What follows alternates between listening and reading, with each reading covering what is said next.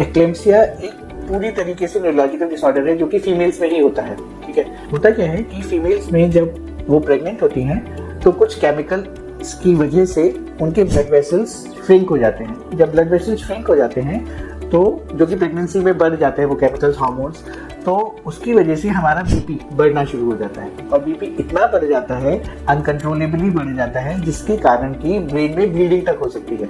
तो उसे पहले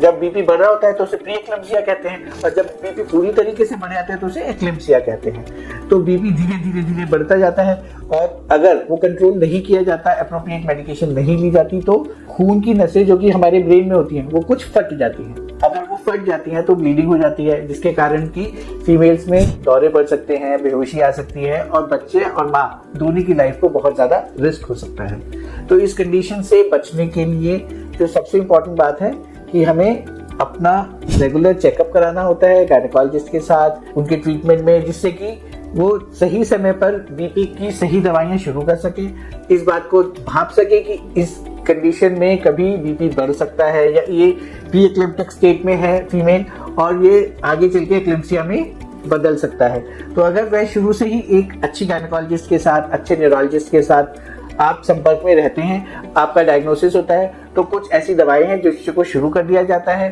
और ड्यूरिंग प्रेगनेंसी ही आगे की मुसीबतों से बचा जा सकता है, उसका इलाज करके बचा जा सकता है और अच्छे से माँ और बच्चे का स्वास्थ्य रह सकता है।